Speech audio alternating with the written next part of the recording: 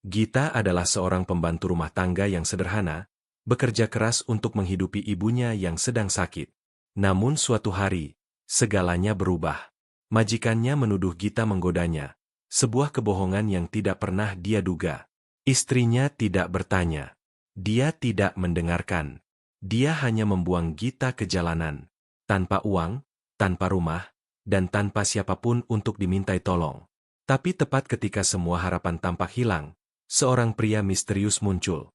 Seorang miliarder dan putra presiden. Apa yang terjadi selanjutnya akan mematahkan hatimu dan menginspirasimu. Ini adalah kisah yang kuat tentang pengkhianatan, keberanian, integritas, dan penebusan. Bisakah seorang gadis yang hancur bangkit dari debu dan menjadi sesuatu yang lebih? Tonton sampai akhir dan temukan bagaimana saat tergelap Gita menjadi pintu menuju takdirnya. Matahari pagi menerobos tirai tipis di kediaman keluarga Hartono seperti sirup emas, menyentuh segalanya kecuali Gita yang terbangun.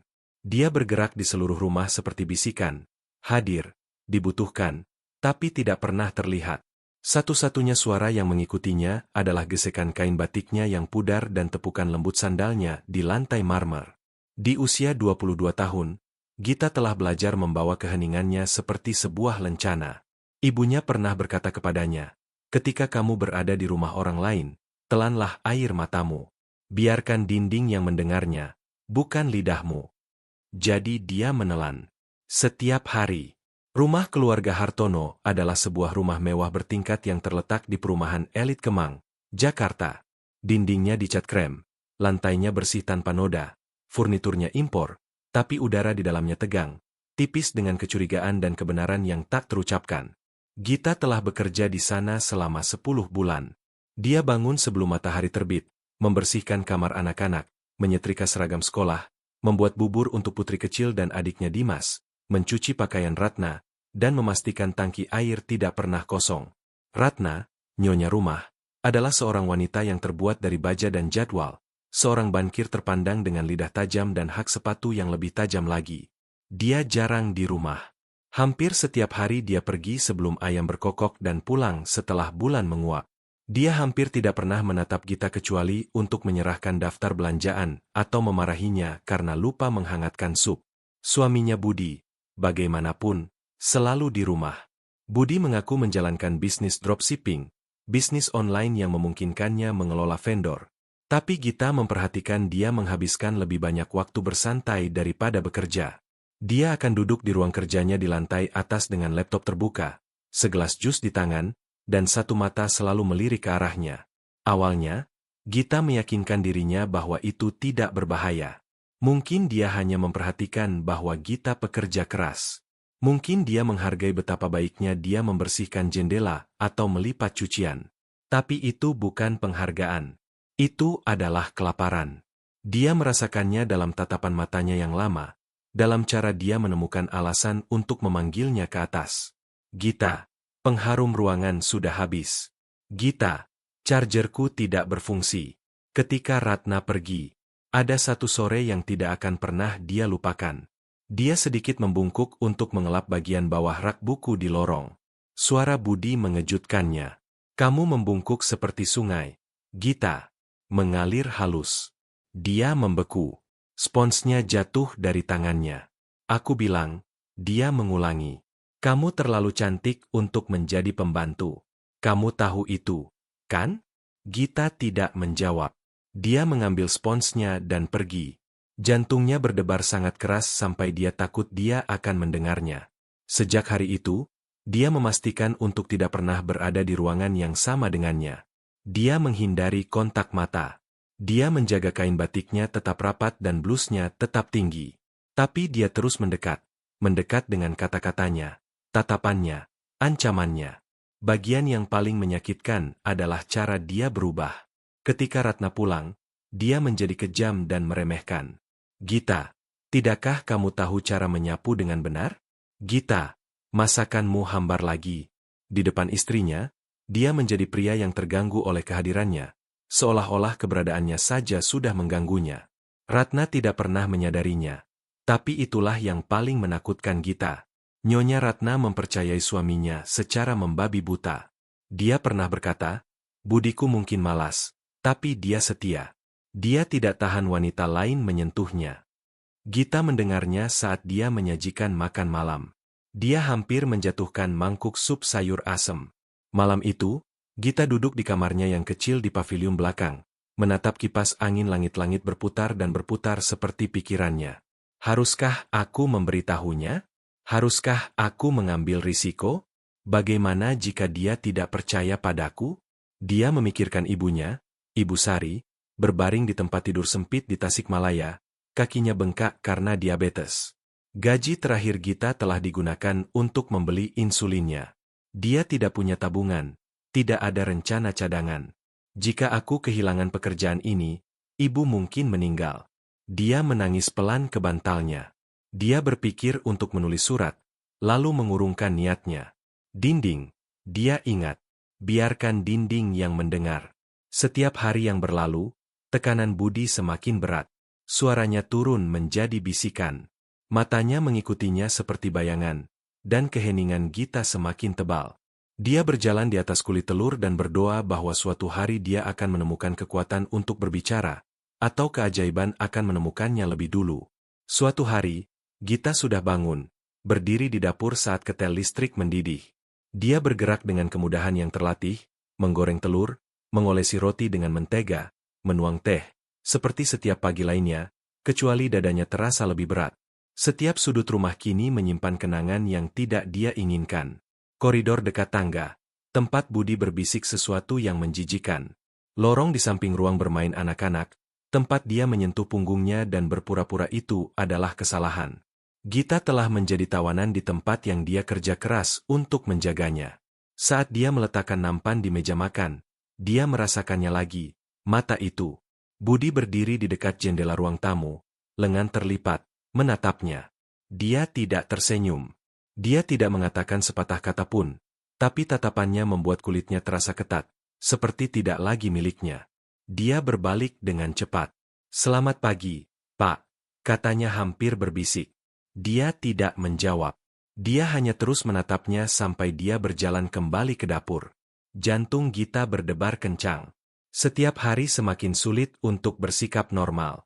Dia tidak lagi menemukan kedamaian dalam tugasnya. Mencuci piring, yang dulu menenangkannya, kini terasa seperti hukuman. Bahkan anak-anak mulai menyadarinya. "Kak Gita, kenapa kakak terlihat sedih terus?" Putri bertanya suatu sore saat Gita mengepang rambutnya. Gita memaksakan senyum. "Kakak hanya lelah, sayang." Tapi itu bukan hanya kelelahan. Itu adalah ketakutan. Dan itu menumpuk di dalam dirinya seperti air mendidih dalam panci tanpa tutup. Kemudian hari itu, Budi memanggilnya ke ruang kerja di lantai atas. Dia ragu. Kakinya tidak mau pergi, tapi dia tidak bisa mengatakan tidak. Dia mengetuk pelan. "Masuk," katanya. Gita membuka pintu perlahan. Budi duduk di belakang meja mengetik sesuatu di laptopnya. Dia tidak mendongak. "Aku butuh bantuanmu untuk membersihkan laci bawah. Ada yang tumpah," katanya. Dia mengangguk dan berjalan ke samping meja. Dia berjongkok dan membuka laci. Kosong. "Saya tidak melihat ada yang tumpah, Pak," katanya, masih berlutut. Dia berbalik untuk melihatnya, dan saat itulah dia melihatnya. Dia telah bergerak dari kursi. Dia sekarang berdiri dekat di belakangnya. Matanya terpaku pada blusnya, bernapas berat.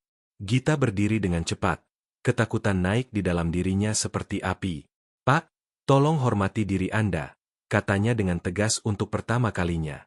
Tapi Budi hanya tersenyum. "Gita, aku suka wanita yang berani. Jangan berpura-pura seolah-olah kamu tidak melihat cara aku menatapmu. Kamu berbeda. Kamu tidak seperti pembantu lainnya." Gita mundur perlahan. "Jika Anda tidak menghentikan ini, saya akan memberitahu istri Anda." Ekspresinya berubah. Senyum palsu itu menghilang. Matanya menjadi dingin. "Kamu akan memberitahu Ratna?" tanyanya perlahan. "Memberitahunya apa tepatnya?" "Bahwa aku, suaminya, mengejar seorang pembantu. Menurutmu dia akan percaya padamu?" "Saya tetap akan memberitahunya," jawab Gita. Suaranya gemetar tapi bertekad. Dia tertawa, tidak keras, tapi tawa yang membuat darahnya membeku. Kalau begitu bersiaplah meninggalkan rumah ini dengan malu. Aku akan menghancurkan namamu. Gita, aku akan membuatnya percaya bahwa kamu yang mengejarku. Dan percayalah, dia akan percaya padaku. Gita tidak menunggu untuk mendengar lebih banyak. Dia berbalik dan meninggalkan ruangan. Tangannya gemetar. Dia menghabiskan sisa hari dalam keheningan. Matanya merah karena menahan air mata. Dia tidak makan. Dia bahkan tidak menyanyikan himne pelannya yang biasa saat mencuci piring. Pikirannya berpacu dengan pertanyaan. Apakah Nyonya Ratna akan percaya padaku? Haruskah aku memberitahunya sebelum Budi berbohong padanya? Atau haruskah aku tetap diam dan terus bertahan? Tapi keheningan itu sudah terlalu mahal harganya. Malam itu, dia duduk di tepi tempat tidurnya, menatap dinding. Kamar kecil di belakang rumah tempat dia tidur tiba-tiba terasa lebih kecil. Kipas angin langit-langit berputar di atasnya, lambat dan lelah seperti jiwanya. Dia memikirkan ibunya lagi. Ibu Sari adalah wanita lembut yang telah membesarkan Gita dengan tidak lebih dari cinta dan perjuangan. Dia telah mengajarinya bahwa martabat lebih berharga dari perak. Tapi martabat apa yang tersisa untuknya? Gita mengambil ponselnya. Jari-jarinya melayang di atas nomor ibunya. Mungkin dia bisa mengatakannya. Semuanya. Hanya mendengar suara ibu dan menangis seperti anak kecil. Tapi tangannya jatuh. Dia tidak bisa. Itu hanya akan membuat ibu lebih khawatir. Dan tidak ada yang bisa dia lakukan dari tempat tidur sakit. Air mata mengalir diam-diam di wajahnya. Keesokan paginya, Gita berpakaian dengan hati-hati. Dia mengenakan blus berleher tinggi dan membungkus kerudungnya lebih rapat. Dia menatap dirinya di cermin. Matanya lelah. Tapi ada sesuatu yang lain di sana juga. Tekad. Saat dia membawa nampan sarapan ke ruang tamu, dia melihat Nyonya Ratna duduk di sofa. Jarang sekali melihatnya di rumah sepagi ini. Jantung Gita mulai berdebar kencang. Mungkin ini saatnya. Mungkin aku harus bicara. Tapi sebelum dia bisa membuka mulut, Budi masuk dari lorong, memegang secangkir teh dan mengenakan ekspresi serius. Ratna, dia memulai. Suaranya rendah. Aku sudah lama ingin memberitahumu sesuatu yang penting. Ratna menatapnya. Apa itu? Budi menghela napas dan melirik Gita dengan tatapan terluka yang palsu. Ini tentang pembantu ini. Gita. Dia sudah bertingkah aneh. Aku tidak ingin mengatakan apapun untuk mempermalukannya. Tapi dia sudah mencoba menggodaku. Gita terkesiap. Apa? Itu tidak. Diam. Ratna membentak, bangkit dari kursi. Beraninya kamu bicara ketika seorang pria sedang berbicara. Dada Gita menegang. Bu, dia berbohong. Dia yang... Oh, tolong. Ratna memotong. Aku kenal suamiku. Dia tidak akan merendahkan diri seperti itu. Kenapa kamu tidak mengatakan apa-apa sebelum sekarang? Kamu menunggu sampai dia mengeluh dan sekarang kamu mencoba menutupi dirimu. Gita merasakan tenggorokannya menutup. Bibirnya gemetar. Karena saya takut, Bu. Saya tahu tidak ada yang akan percaya pada saya. Kamu benar soal satu hal, kata Ratna dingin. Tidak ada yang akan percaya. Dia berbalik ke Satpam. Bawa gadis ini keluar dari rumahku. Biarkan dia membawa malunya bersamanya. Gita jatuh berlutut. Tolong jangan lakukan ini. Bu, saya mohon. Ibu saya sakit. Saya tidak punya tempat tujuan. Tapi Ratna sudah berbalik. Dan Budi hanya menonton. Tidak tergerak. Menang. Para satpam menyeret Gita ke gerbang seperti penjahat. Tasnya dilempar keluar. Gerbang tertutup di belakangnya dengan dentuman keras. Gita berdiri di jalan, tanpa alas kaki, terhina, patah hati. Satu-satunya suara yang bisa dia dengar sekarang adalah gema lembut dari suaranya sendiri, menangis ke langit yang menolak untuk menjawab. Angin bertiup ketika gerbang besi kediaman keluarga Hartono membanting di belakang Gita. Dia berdiri di sana dalam cahaya redup lampu jalan, tas kecilnya jatuh di kakinya. Tangannya gemetar, matanya basah dengan air mata. Menatap rumah tempat dia telah memberikan 10 bulan hidupnya. 10 bulan pagi yang sangat awal, kesabaran yang tenang, penderitaan yang tak terucapkan. Sekarang dia bukan apa-apa selain noda yang telah mereka bersihkan. Gita berdiri membeku selama beberapa menit. Pikirannya tidak bisa mengikuti apa yang baru saja terjadi. Telinganya masih berdering dengan suara Ratna. Bawa malumu dan pergi. Dan keheningan sombong budi. Itu lebih menyakitkan dari kata-kata. Dadanya naik turun saat dia mencoba menangkap napas. Tapi tidak ada udara untuk dihirup, hanya pengkhianatan. Dia membungkuk perlahan, mengambil tasnya, dan mengambil langkah pertamanya ke dalam kegelapan. Perumahan itu sepi pada jam itu. Kebanyakan orang sudah tidur di balik pintu tertutup. Beberapa yang ada di luar hampir tidak meliriknya. Hanya gadis lain dengan tas, mungkin mengunjungi atau meninggalkan seseorang. Tapi Gita tidak punya siapa-siapa. Ponselnya bergetar, tapi baterainya sudah 3%. Itu dari ibunya. Dia telah mengirim pesan suara lebih awal hari itu. Gita tidak sanggup mendengarkannya. Tidak sekarang. Jika dia mendengar suara ibu, dia akan runtuh sepenuhnya. Di mana aku akan tidur malam ini? Dia tidak punya jawaban. Dia memeriksa uang receh di dompetnya. 50.000 rupiah? Tidak cukup bahkan untuk naik ojek, apalagi hotel atau transportasi ke Tasikmalaya. Gaji terakhirnya yang seharusnya datang dalam beberapa hari kini hilang bersama pekerjaannya. Dia melewati beberapa kios tapi semuanya tutup. Dia bertanya kepada seorang satpam tua tentang tempat yang bisa dia duduki sampai pagi tapi pria itu mengusirnya dengan cepat. Saya tidak punya apa-apa malam ini. Pergi sana. Gita terus berjalan. Ketika dia mencapai jalan utama dekat persimpangan perumahan, dia melihat sekeliling. Mobil-mobil melaju dalam gelombang. Udara tebal dengan asap dan debu. Lampu neon berkedip di atas pintu-pintu yang terkunci. Ada sebuah toko kosong dengan bagian depan yang runtuh. Pintunya setengah tertutup. Dia melangkah masuk. Baunya seperti karat, air kencing, dan kertas tua, tapi kering. Dan untuk malam ini, kering sudah cukup. Dia menjatuhkan tasnya dan menyandarkan punggungnya ke dinding.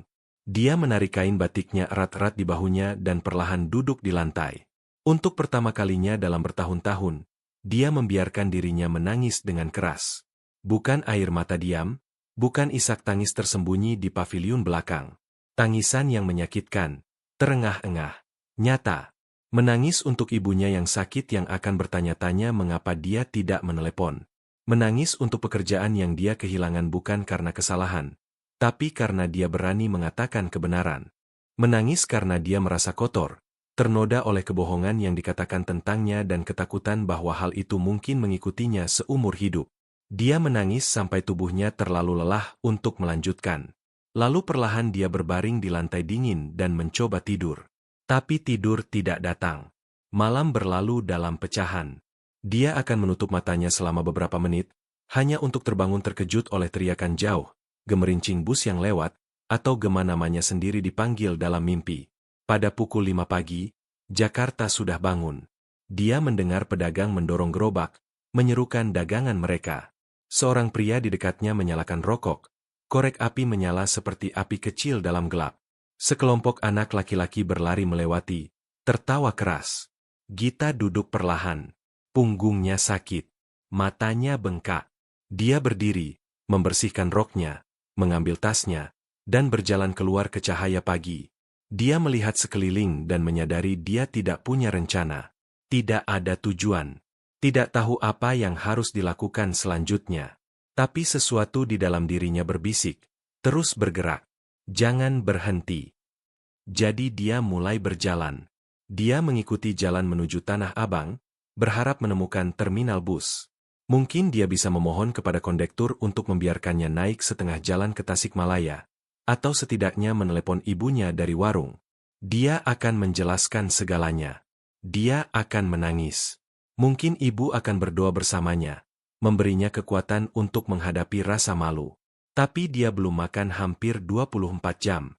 Kakinya semakin lemah, pakaiannya berdebu, kerudungnya bernoda, wajahnya membawa beban malam sebelumnya. Jalan yang dia lalui ramai sekarang. Mobil membunyikan klakson, angkot melaju kencang, pedagang menyiapkan lapak. Kota telah hidup, tapi dia merasa tak terlihat. Sampai tiba-tiba, dia tidak lagi tak terlihat. Dia tidak mendengar klakson. Telinganya dipenuhi pikiran keras dan menyakitkan, dan matanya kabur karena kurang tidur.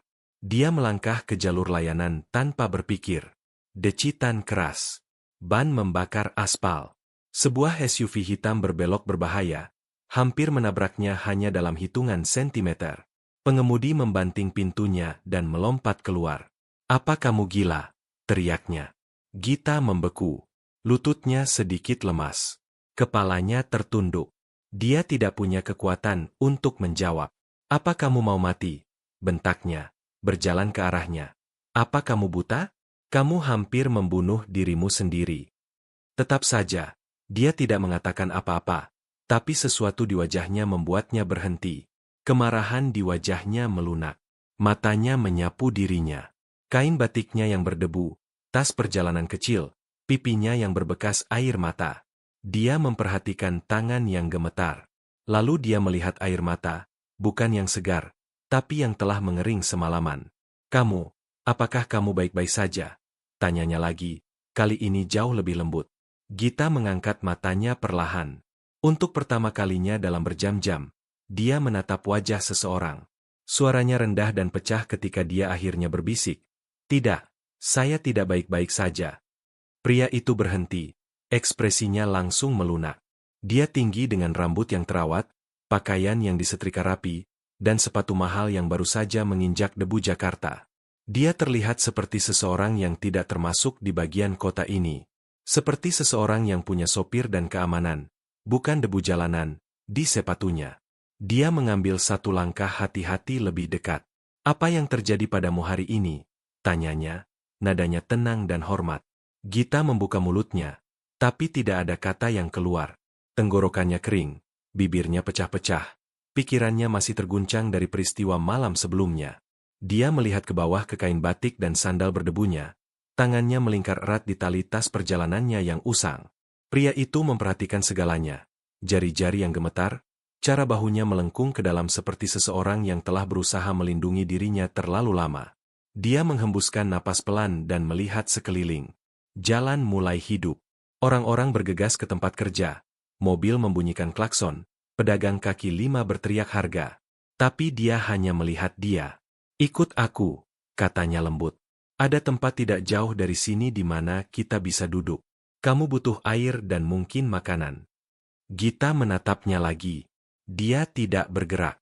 Dia telah belajar untuk tidak mudah percaya, terutama tidak pada pria, terutama tidak setelah apa yang Budi lakukan padanya. Tapi pria ini tidak memaksa apapun. Dia tidak menyentuhnya. Dia tidak meninggikan suaranya. Dia hanya menunggu. Kakinya sakit, kepalanya berputar, perutnya merintih karena kekosongan.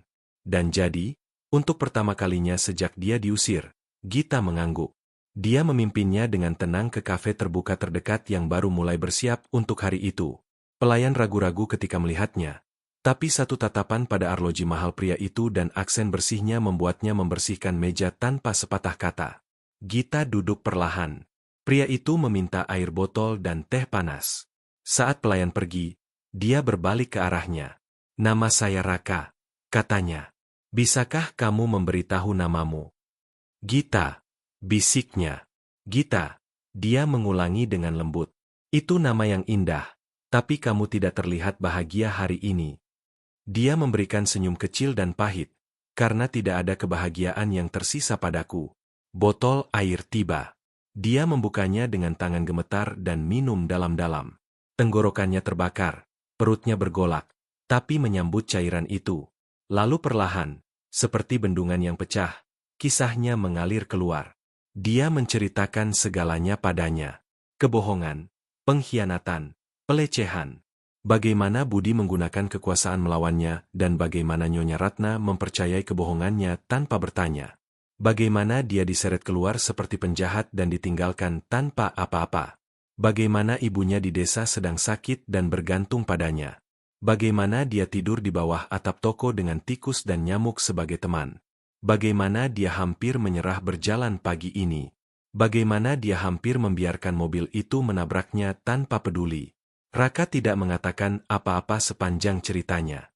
Tidak ada penilaian. Tidak ada interupsi. Dia hanya mendengarkan.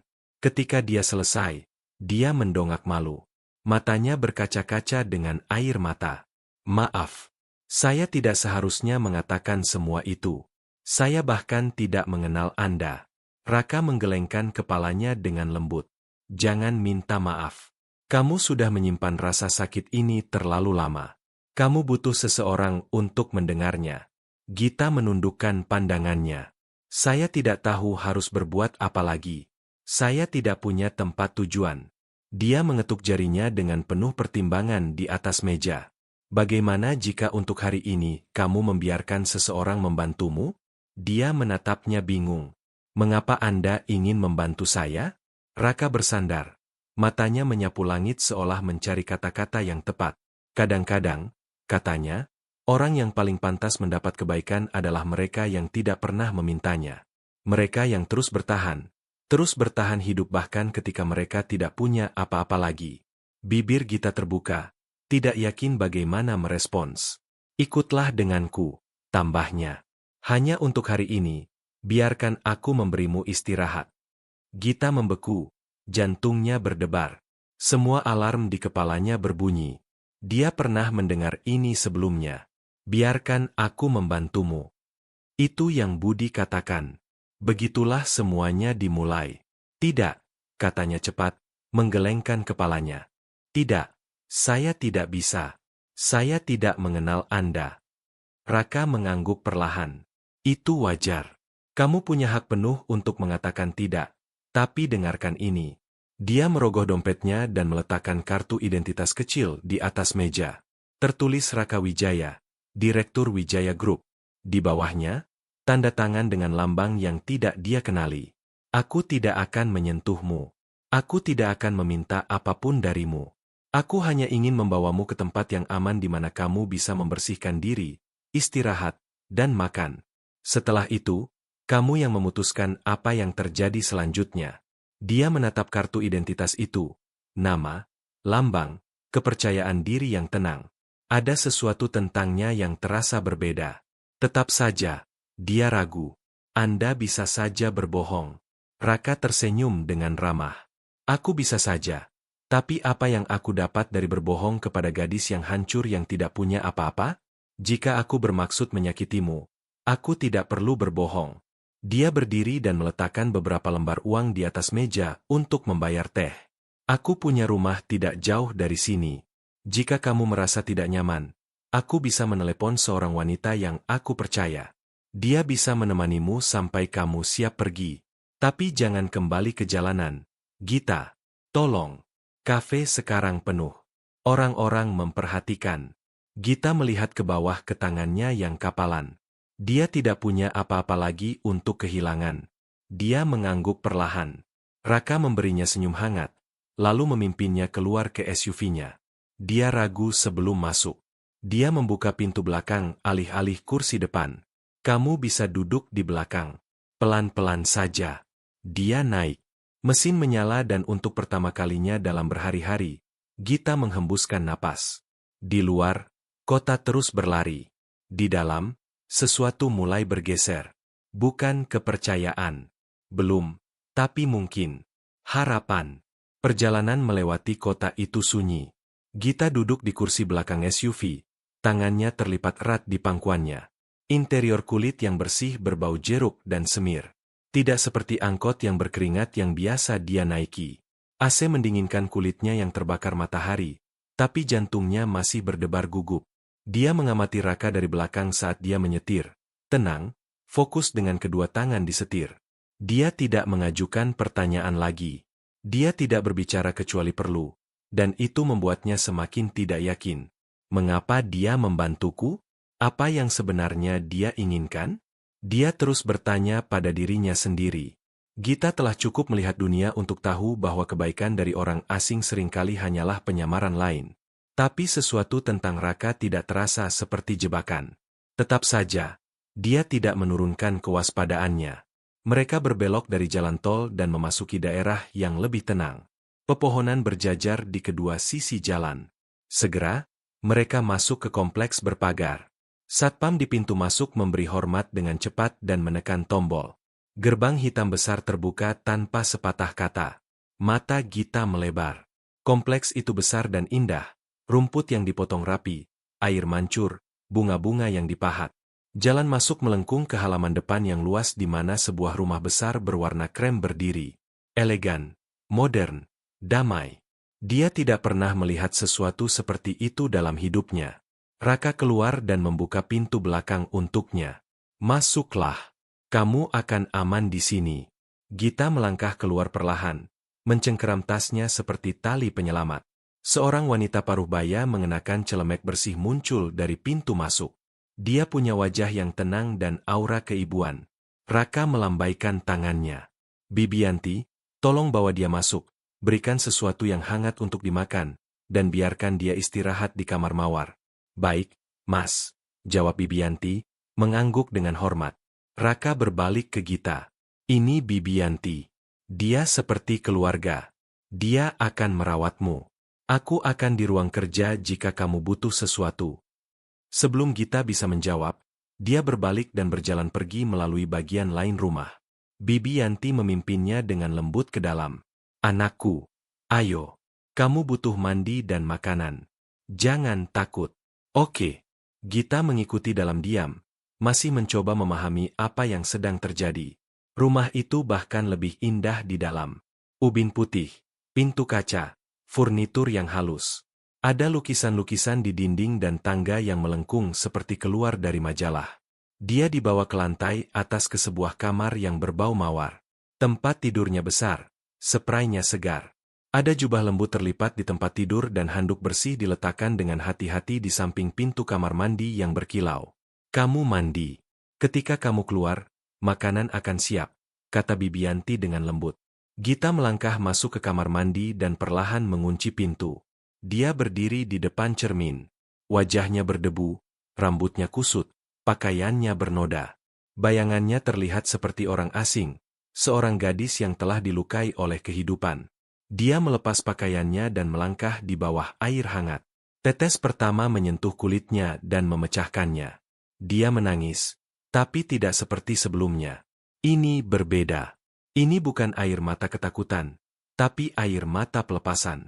Air mata yang menyapu kebohongan budi, pengkhianatan Ratna, lantai dingin toko yang ditinggalkan, kelaparan, penghinaan, keputusasaan. Dia tinggal di bawah air untuk waktu yang lama. Ketika dia keluar dan mengenakan jubah, dia merasa hampir manusia lagi, masih terguncang, masih tidak yakin, tapi lebih bersih, lebih ringan.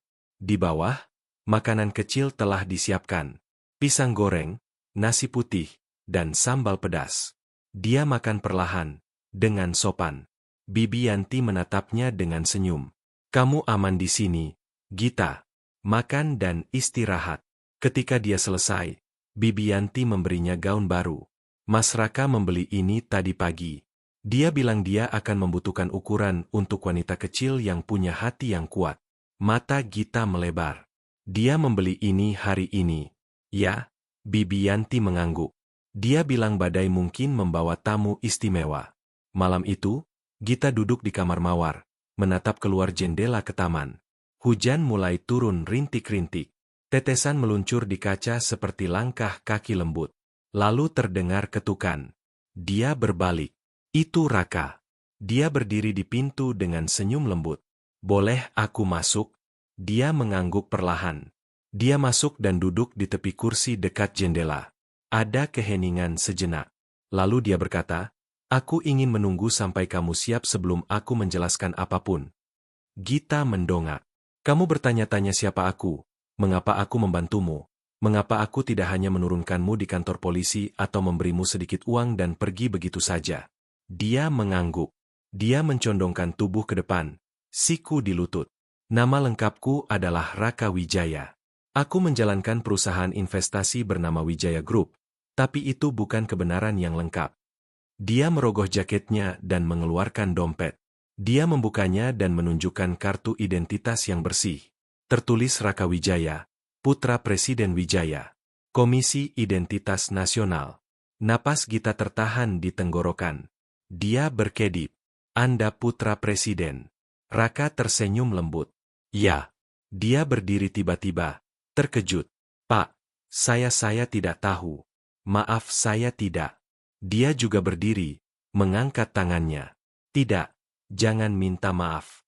Kamu tidak berhutang itu padaku. Gita mundur. Tapi mengapa seseorang seperti Anda berhenti untuk seseorang seperti saya di jalan?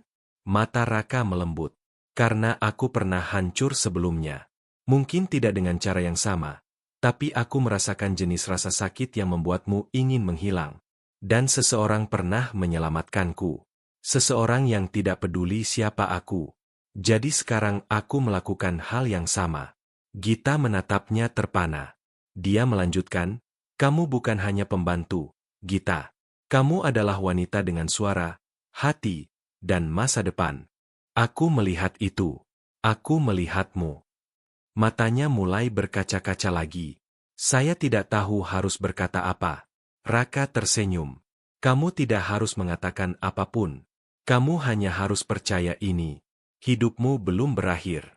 Bahkan belum dekat. Ini baru dimulai. Dia berbalik untuk pergi tapi berhenti di pintu. Tidurlah yang nyenyak. Gita.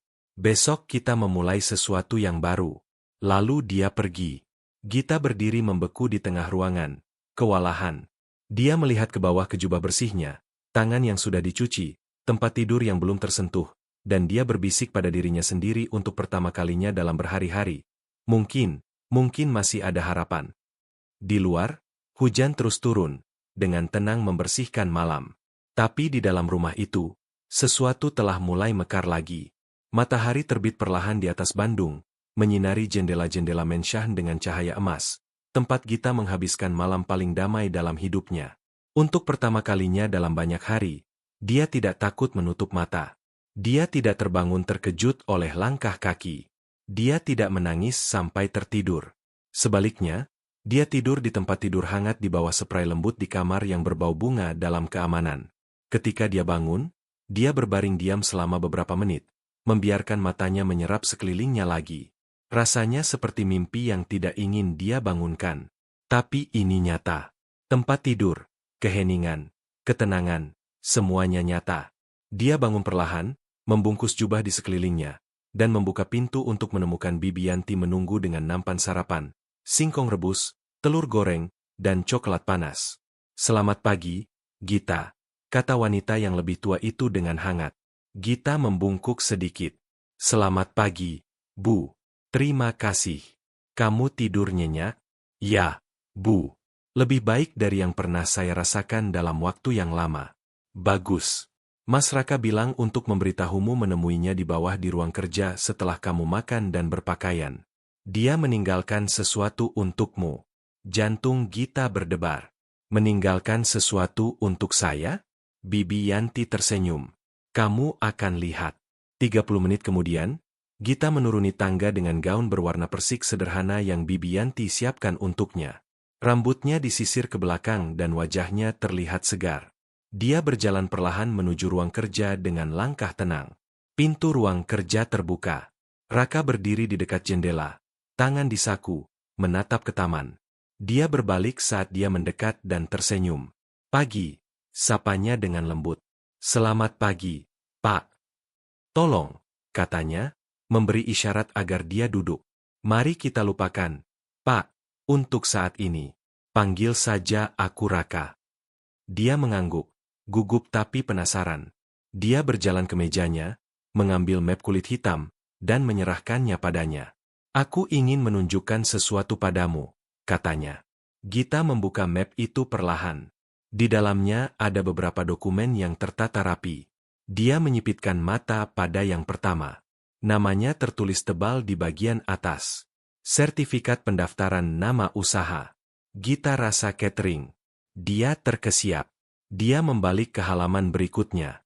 Dokumen bank yang dicap untuk rekening bisnis baru atas namanya. Dan kemudian halaman ketiga. Perjanjian pembelian tanah untuk ruang toko kecil di Depok. Gita mendongak padanya. Bingung. Saya tidak mengerti. Raka duduk di sampingnya. Kamu pernah memberitahuku bahwa kamu suka memasak, bahwa itu adalah mimpimu untuk memulai bisnis makanan suatu hari nanti. Mulutnya terbuka. Tapi saya mengatakan itu baru kemarin. Dia tersenyum. Itu semua yang perlu aku dengar. Gita tidak bisa berkata-kata. Aku menggunakan jam-jam pagi ini untuk menyiapkan semuanya. Raka melanjutkan. Ada 100 juta rupiah di rekening. Aku juga sudah mengatur konsultan untuk membimbingmu selama 3 bulan pertama.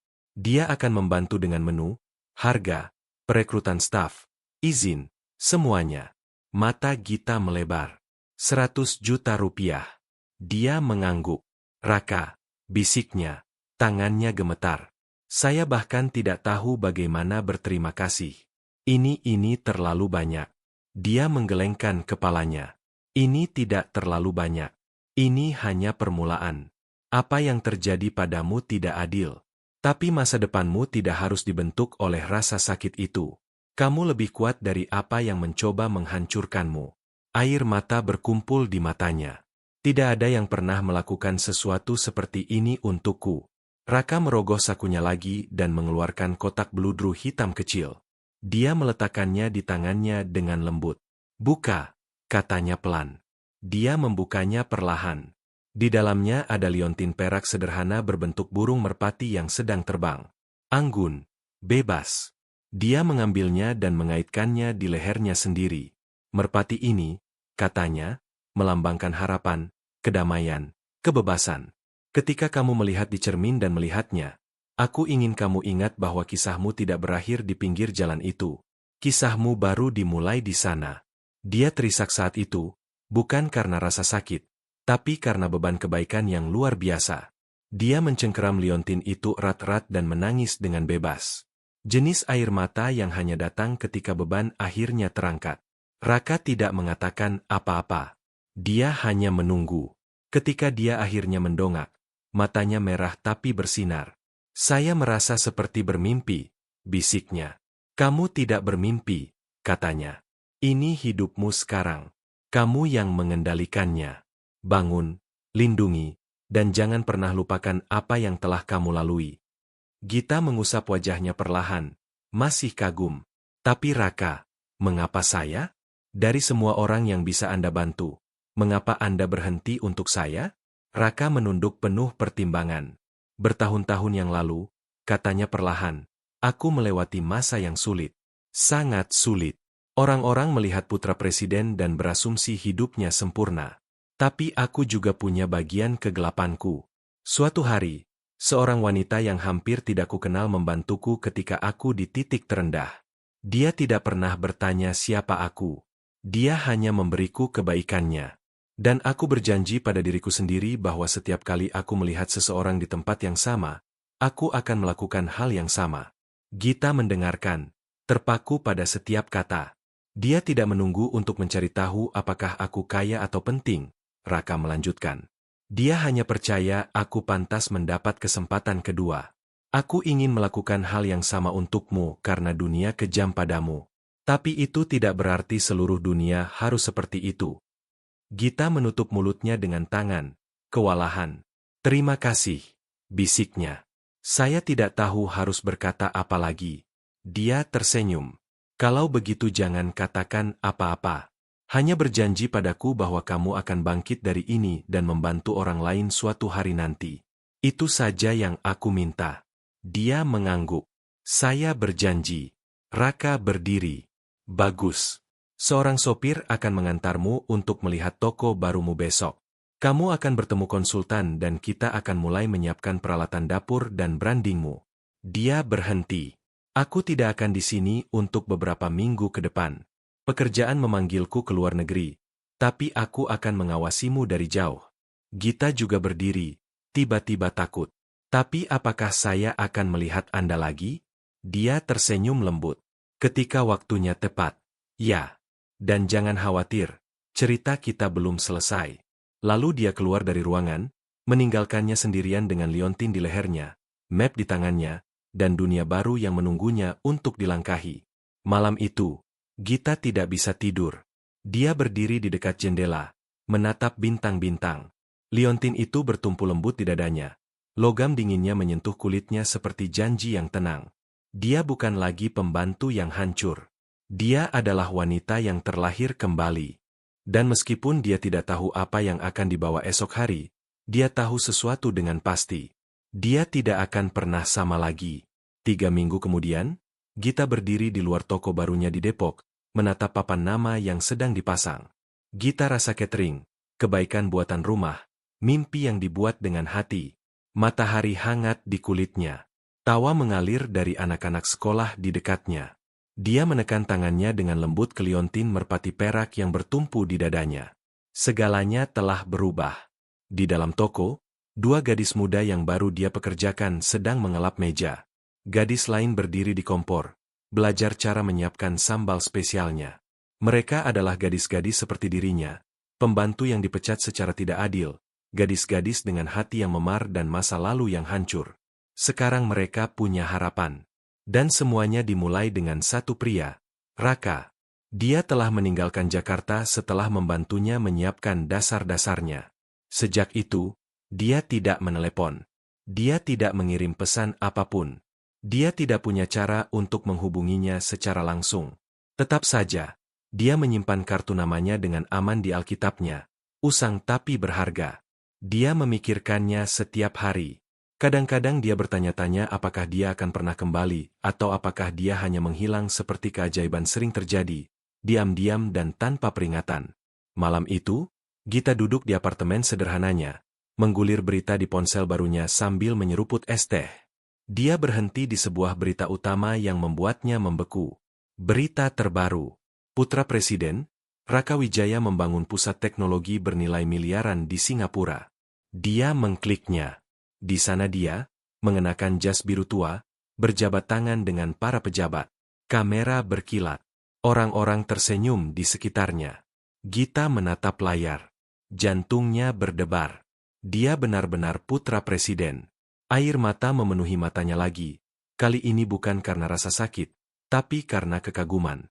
Pria yang duduk di seberangnya di kafe pinggir jalan, yang memberinya makanan, yang mendengarkan tanpa penilaian, yang memberinya martabat ketika dia tidak punya apa-apa. Dia adalah pangeran yang menyamar.